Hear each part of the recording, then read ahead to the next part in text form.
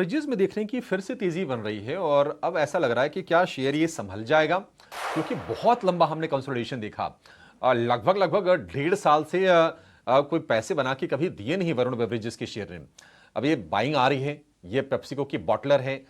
खबरें आई थी कि अफ्रीका में कार्लसबर्ग की मार्केटिंग करेगी तो अल्कोहलिक बेवरेजेस में जा रही है, लेकिन ये जाड़े सर्दियां शुरू हो गई हैं और कोल्ड ड्रिंक से जुड़ी कंपनी तेजी दिखा रही है। जरा बताइए कुणाल जी, व्यू क्या है आपका वरुण बेवरेजेस को लेकर? क्या ये जो बाइंग आ रही है लोअर लेवल से, ये सस्टेन कर पाएगी? अगर हाँ, तो फ्रेश बाइंग करनी चाहिए क्या इसमें?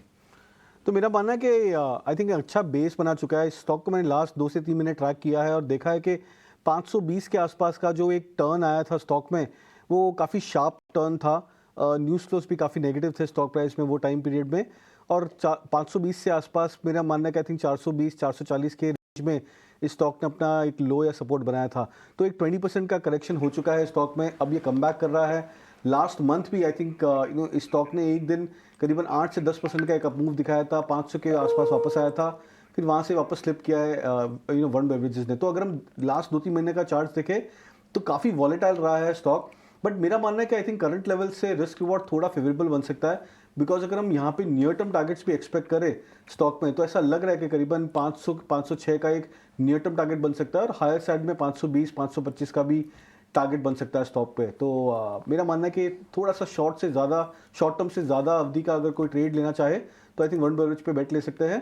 460 का स्टॉप लॉस रख के 506 का एक इनिशियल टारगेट रख सकते हैं, और अगर वो क्रॉस होने के बाद में मेरे अनुमान से हायर साइड पे 520 525 का सेकंड टारगेट रख सकते हैं। ठीक है, तो 520 525 का सेकंड टारगेट, ये राय वरुण बेवरेजेस पर आती हुई। लेकिन इस बीच अशोका बिल्डकॉन, इसकी हमने मार्केट खुलने के पहले चर्चा की थी। यहाँ पर NHAI ने शो कॉज नोटिस दी है कंपनी को, 1 महीने तक कंपनी बिडिंग नहीं कर पाएगी और इसी के चलते स्टॉक में नेगेटिव रिएक्शन भी दिखा है। आज के सत्र में 3.5% से ज़्यादा की गिरावट। पहले भी हमने चर्चा की थी, बड़ी खबर निकल कर आई है। NH66 प्रोजेक्ट पर गर्डर गिरने के चलते एक मौत हुई और अब NHAI ने कंपनी को शो कॉज नोटिस दी है। 1 महीने तक कंपनी NHAI के कोई भी प्रोजेक्ट में बिड नहीं कर पाएगी और इसी खबर के चलते 3.5% स्टॉक गिर चुका है। कुणाल, क्या राय होगी अशोका बिल्डकॉन पर आज की गिरावट के बाद? तो ये as it is weak stock था, बिकॉज लास्ट अगर हम 6-7 महीने का भी चार्ट देखें तो ऐसा लग रहा था कि स्टॉक ने जो 2025 से जो करेक्शन स्टार्ट किया था 320 के लेवल से, वो करेक्शन अभी भी बरकरार था स्टॉक में। तो कोई नया मूव मुझे दिख नहीं रहा है स्टॉक में कि कोई नया डिसरेक्टिव मूव हो सकता है स्टॉक प्राइस में। अपने जो short to medium term support से जो इस साल स्टॉक ने होल्ड किया है, वो रेंज करीबन 170 के आसपास का सपोर्ट है।